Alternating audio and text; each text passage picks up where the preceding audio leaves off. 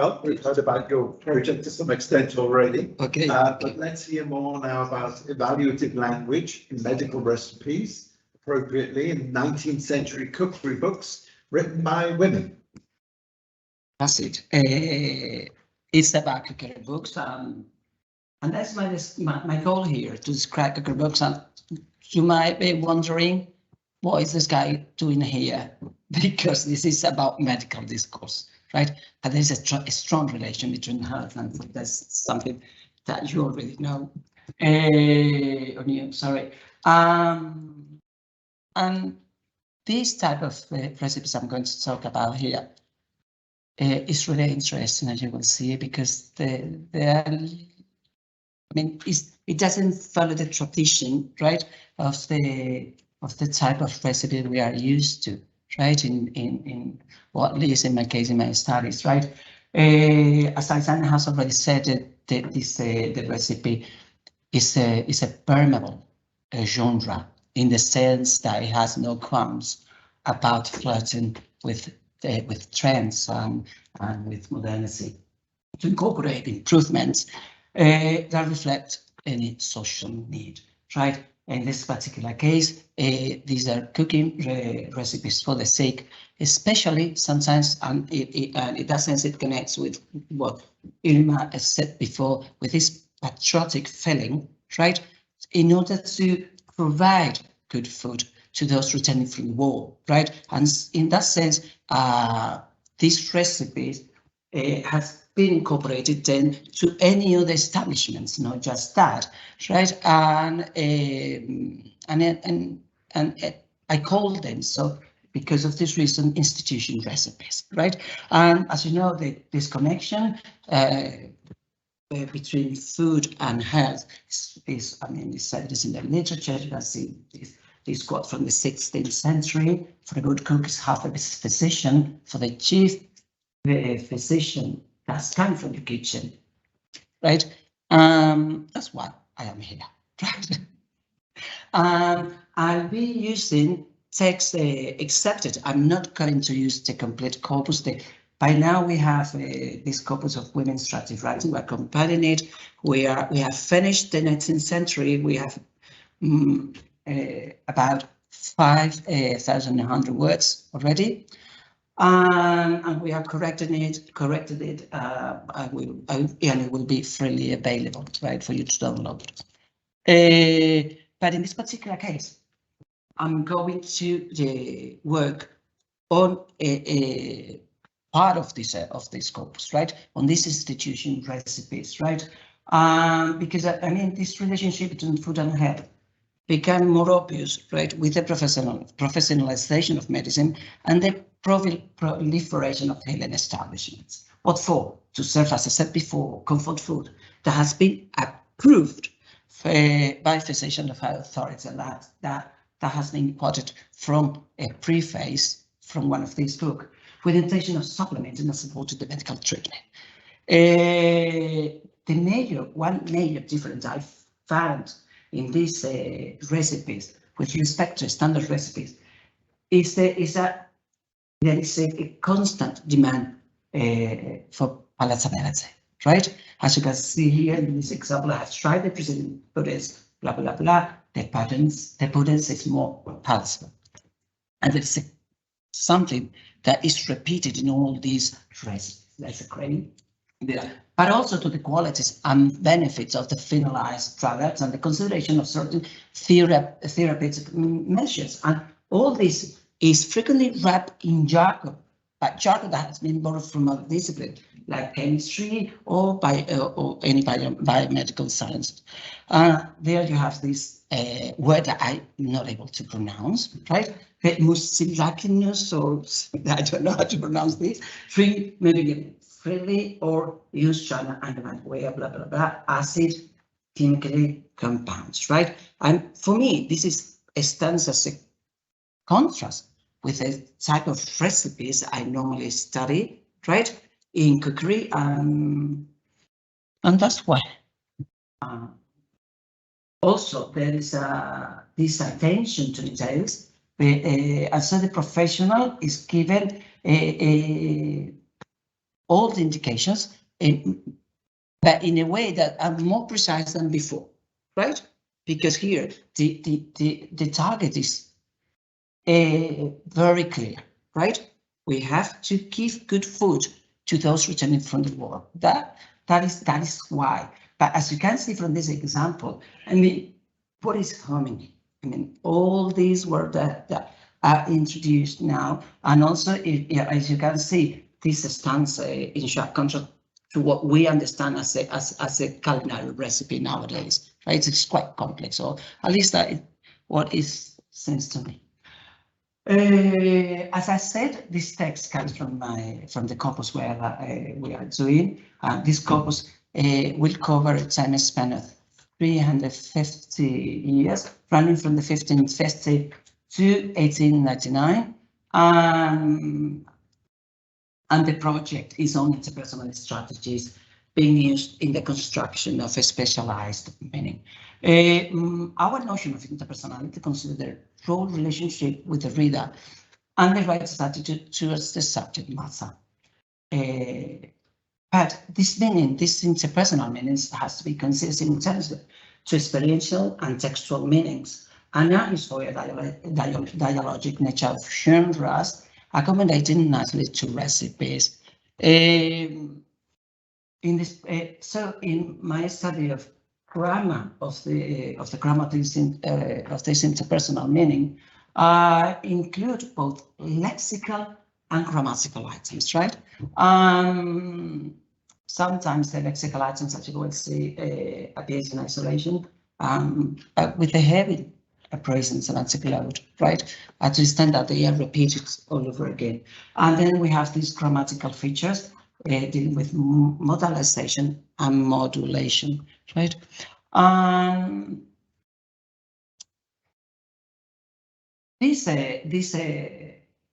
I said, these interpersonal features that are used in combination with other meta functions in order to construe meaning, while enhancing their roles as authors and professionals to appraise, perspectivize, and finally sell the context of their text.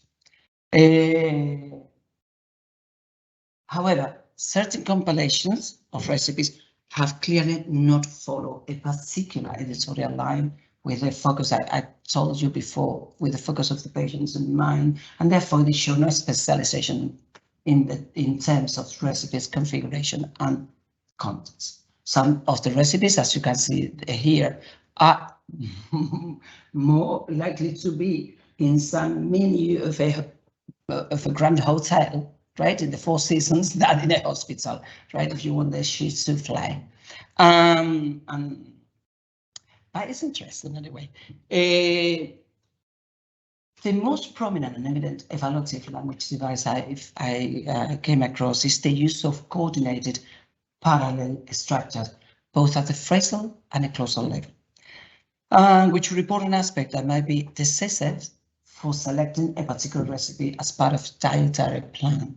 So this is really common in these recipes, and I have to check if that's you may tell. Let me know if you have come across this, but that is something that is not so recurrent in the recipe I have studied before, and so as you can see, this phrasal coordination, right, is used or is commoner or more common, sorry, in women's text rather than in men's text, right? Concerning modalization, right? That means the expressions or that concern expressions about judgments concerning the likelihood of the frequency of an event. These are realized in this text using these features here, for instance, and there's the categories, right, given by Ekins, and this that is sensuality, intensification, minimization, precision, inclination, right? And there you have some example that I found in the recipes, and these are in red, intensification and minimization, because these are the ones that are in men's text, right? I forgot to tell you, right, that I have used an ad hoc subcorpus of text written by men, right? For the sake of comparison. And you have to bear with me because I've been absent from the academic life for 8 years. So I'm coming back. And that's it. Okay, so in the case, for instance, as you can see, of intensification and minimization, this only appears in text written by men, while the rest categories are not even present. But women, right, on the other hand, use all of them, right? You have here an example of usuality. The following food will generally be found useful, meal, blah, blah, and it is difficult to procure them genuine. Indeed, much so. And that is by presumption, I understand evidential strategies, right? And then we have a comment and chance, a set of devices which appears in this text to clearly represent perspective and evaluation of the information given, and are related to the expression of admission, assertion, how desirable companies, how constant, valid, sensible, and how expected. Again, the same thing. Women use all of them, while men, while there is not one single instance of these categories of these structures in men, right? There you have one example. It may be advantageously employed in small quantities. Modalization also includes modal verbs, but only those verbs that allows for an intermediate position of in the continuum of what is feasible and probable. More or less in the sense of epistemic meaning of epistemic modality, explaining Palmas. For instance, here we have one example. After many hours point, the rule was carefully strained and was then ready to be served plain or flavored as the case might require. Explicit modalization can be also performed by using certain lexical expressions indicating also low, medium, and high probability. There is also an intention, and that's an important aspect to show the involvement, right, of the authors here. Also, by showing this involvement, they help also to create some kind of texture to the text, right? Because sometimes when they use this first person pronouns, they do so in order to both showing obviously what they think, but also to organize that text, right? Apart from other pragmatic implications. So here you have one example: biscuits and bread, which are more eatable than anything of the kind I have ever yet met with, and that calls for an experiential meaning. As you can see here in this chart, women are more keen to use probability models and conditional, those the hypothetical theme, right, than men. Here you have that licensing processes and process. As you can see, the men text out to school any of the categories, right? But in the case of modulation strategy, I mean those indicating obligation, necessity, advisability. These obviously they have several functions. Some of them have already been mentioned here, but they are used more often in the text by men, right? Here we have an example. But this is all the examples I have brought here from the text written by women, right? Here you have one example: should not be allowed, phones should be kept as and here we have a metaphorical way to express obligation or necessity. But as you can see here, men again get better results than women in the text. And the reason I have added an interrogation mark there is because I'm not sure whether this should be there, right? If or what we know about dynamic modality should be placed there, but by the study have performed, right? What I have, the most clear idea I got is that women tend not to be very factual, right? And that is something that would go against using dynamic modality. Verbs arguing for disposition or for abilities or for factual claims. And also, as you can say, in the case of those clauses, meaning necessity and obligation, men, these clauses appear more in the text written by men. So my conclusion, and I don't know if I've been very quick or.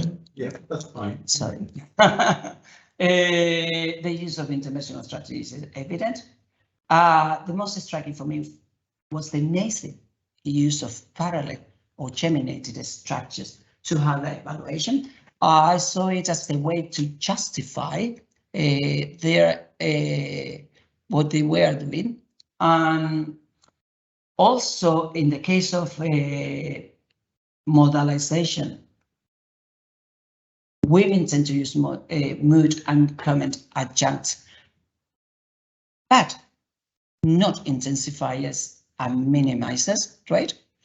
Which is also argued in the case of the intensifier for their role and their presence in the text, right? And they tend to use probability markers, especially modal verbs, and explicit devices where one can see their role. And now, your question could be, but is the role that of the author, or is she getting detached from what she say? That is the second is the answer, right? She tries to show that she's saying something, but it's not her responsibility, right? And then in the case of modulation strategies, right, that is more common in the text of men. And one aspect that also caught my attention is that in previous studies I have done, women tended to use cognitive structure rather than experiential ones. But in this case, they did not do so, right? They do not, in the case of these institution recipes, right? They do not want to get involved. They don't want to get responsible. It's just like they are doing a job, and that's it. And that's all I have. I can tell you by now. Thanks a lot.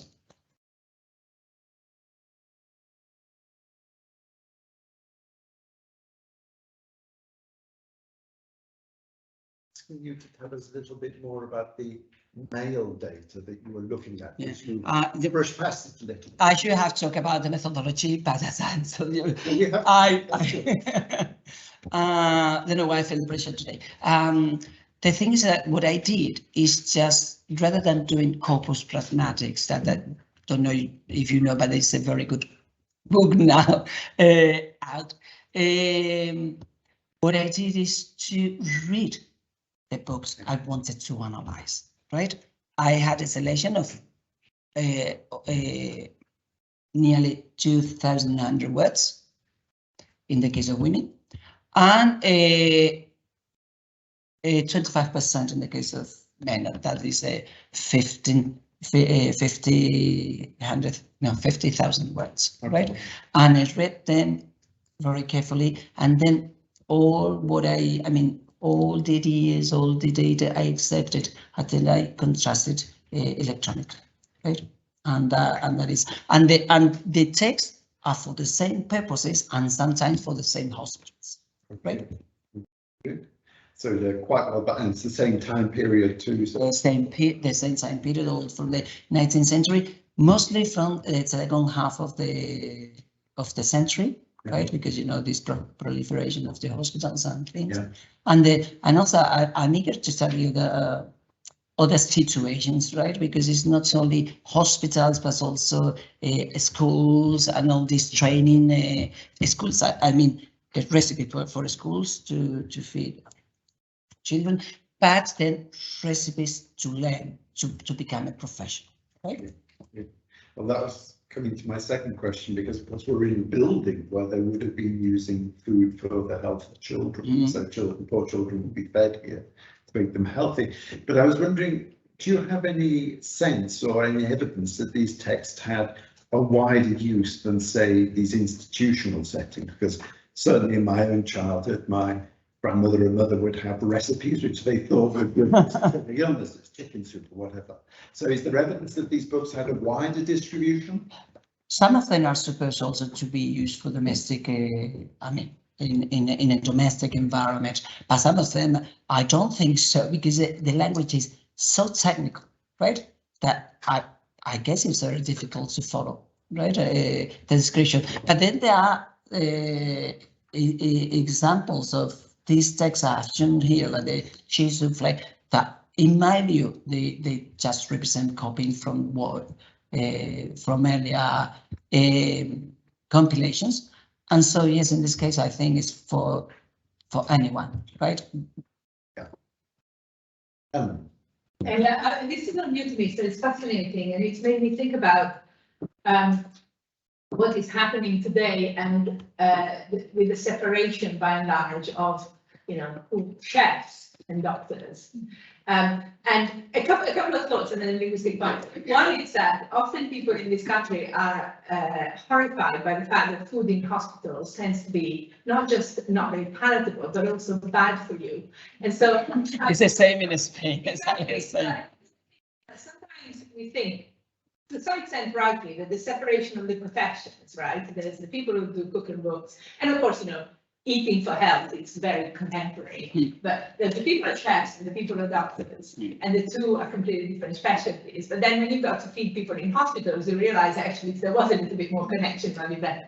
But what this is kind of reminded me of is that in Italian, the word ricetta means both cooking recipe and prescription that the doctor gives you. And I'm wondering how common that is, because that clearly is, I've never kind of fully thought of this, but that clearly is a reflection of what you all are showing, that actually the boundary between cookery books and recipe books for medicine was fuzzy in the past, and probably not without reason. So I'm just asking, how common is it for other languages to have the same word, like Italian does ricetta, for a cooking recipe, and what the doctor gives you a prescription? Is this just Italian, or is Spanish? German, the same. It's the same. And also there in Spain, where I live in the Canaries, GPs give you a lot of recipes. Yeah. When I go there, I say, well, I need to cut off some weight. I say, well, come here and make some dietary plan. But this is my GP. Yeah. And in Italy, pediatric GPs, which don't exist in the same way in this country, give recipes to wean the child, which I think sometimes is slightly over medicalized, but I think that is still the case. They tell you exactly what is supposed to be the child. But anyway, I think that the fact that word in so many languages is still the same reflects what you all guys have shown.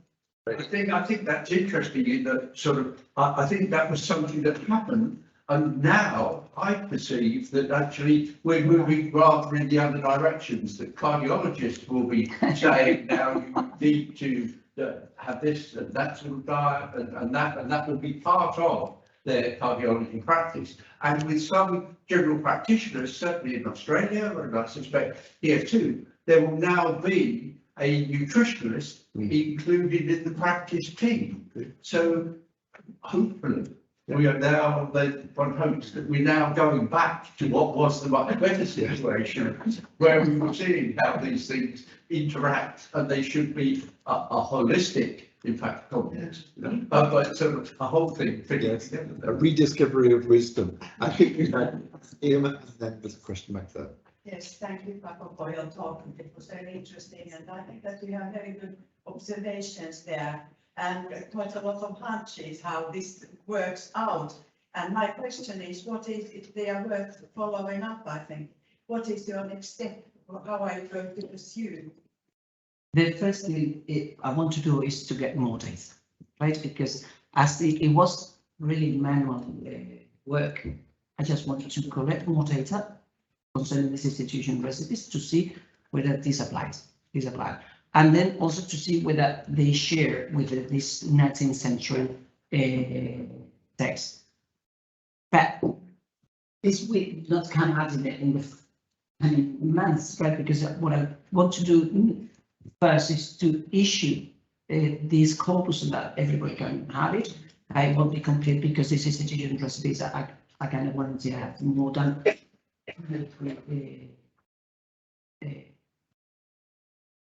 sorry to the exact settings, right?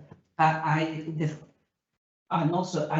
want to check whether also this applies to standard recipes, because in a standard recipe that what I observe is the use of these cognitive elements. And the experiential was for men, and here is the opposite. So I just want to see what happens. And I don't know if I have answered the question. Thank you. Yes, that's good. And there was a question here as well, I think. Was It was just about the. you were agreeing with the recipe I point? had another idea because I think it's not only about the cooking recipe, but also I experienced that myself with dermatologists for they're writing real recipes for the pharmacists if there's some specific disease, so that they could give also today really a recipe to prepare certain medication. Yeah.